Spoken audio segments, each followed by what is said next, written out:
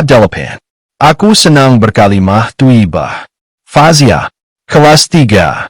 Semester 2. Capaian pembelajaran. Elemen akhlak. Memahami akhlak terhadap Allah Subhanahu wa Ta'ala dengan berbaik sangka kepadanya, akhlak terhadap orang tua, keluarga, dan pendidik. Tujuan pembelajaran. Setelah mengikuti proses pembelajaran, kalian diharapkan mampu.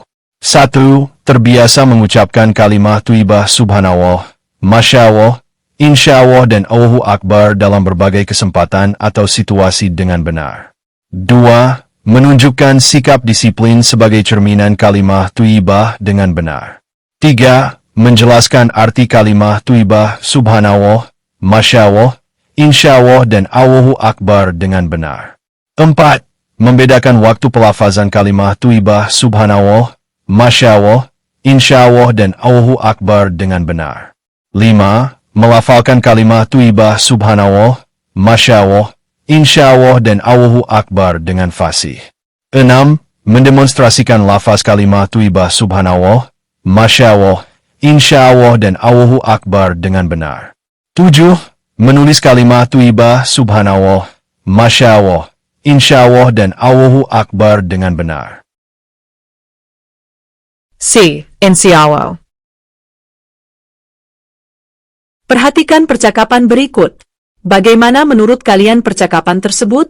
Sudah benarkah penggunaan kalimah insyaallah tersebut?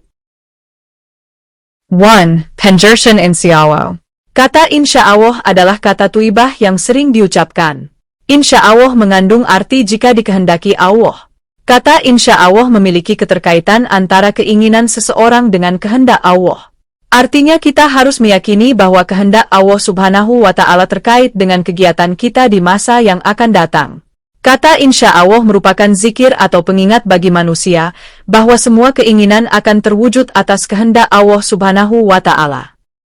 وَلَا تَقُولَنَّ لِشَيْءٍ إِنِّي فَاعِلٌ ذَلِكَ غَدًا إِلَّا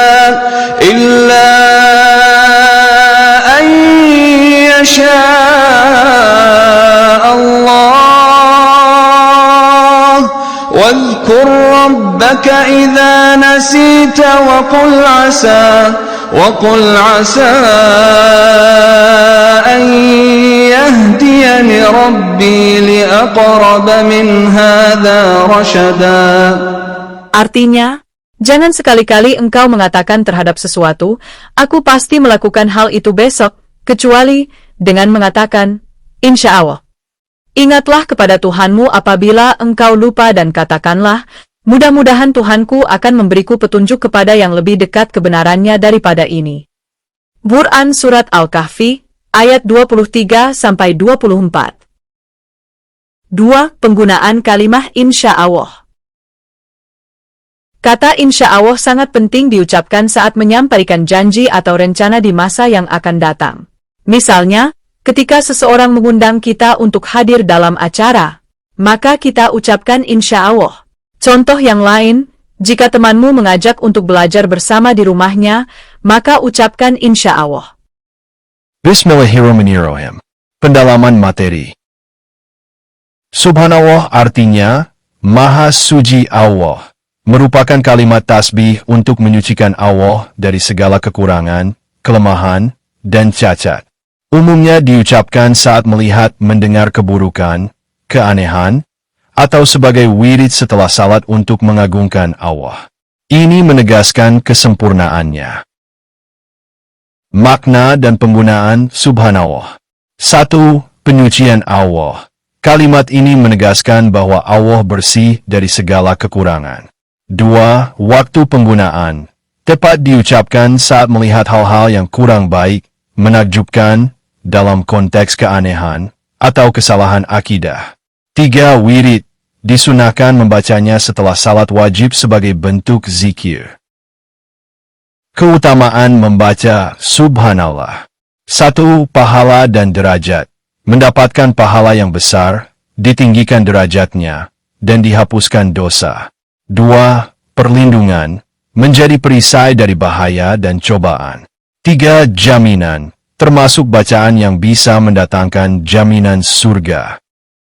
Masya Allah adalah ungkapan kekaguman Muslim atas keindahan atau kebaikan yang terjadi, bermakna, apa yang dikehendaki Allah telah terjadi. Ini adalah pujian bahwa segala prestasi terjadi karena kehendaknya, sekaligus pengingat agar terhindar dari rasa iri atau penyakit, ain, diucapkan saat melihat hal positif. Poin penting mengenai Masya Allah. Satu arti, secara harfiah berarti, apa yang dikehendaki Allah, maka hal itulah yang terjadi. Dua, waktu penggunaan, tepat diucapkan saat melihat keindahan, keajaiban, atau pencapaian positif. Misal, melihat anak yang pintar, kebun indah, atau prestasi seseorang untuk mengakui kekuasaan Allah. 3. Perbedaan dengan Subhanallah. Masya Allah diucapkan untuk hal menakjubkan yang positif, kagum. Sementara Subhanallah, Maha Suci Allah, diucapkan untuk mensucikan Allah, seringkali saat melihat keburukan atau heran. 4. Anjuran tambahan. Sering disandingkan dengan tabarakallah, semoga Allah memberkahimu, atau la quwata illa billah, tiada kekuatan kecuali dengan pertolongan Allah. 5. Penulisan. Penulisan Latin yang benar umumnya, Masya Allah, terpisah, untuk memudahkan pemahaman. Namun yang terpenting adalah pelafalan dan maknanya. Insyaallah adalah frasa bahasa Arab yang berarti, jika Allah menghendaki, atau jika Allah mengizinkan. Istilah ini digunakan saat menjanjikan sesuatu atau merencanakan hal di masa depan, sebagai wujud tawakal, rendah hati, dan pengakuan bahwa segala hasil berada di tangan Allah Subhanahu wa Ta'ala. Berikut adalah poin penting mengenai insyaallah. 1. Makna dan tujuan. Mengucapkan insyaallah adalah bentuk kepasrahan aktif, di mana seseorang berusaha maksimal namun menyerahkan hasil akhirnya kepada kehendak Allah. Ini bukan alasan untuk mengingkari janji, melainkan komitmen yang disertai doa. 2. Penulisan dan pengucapan.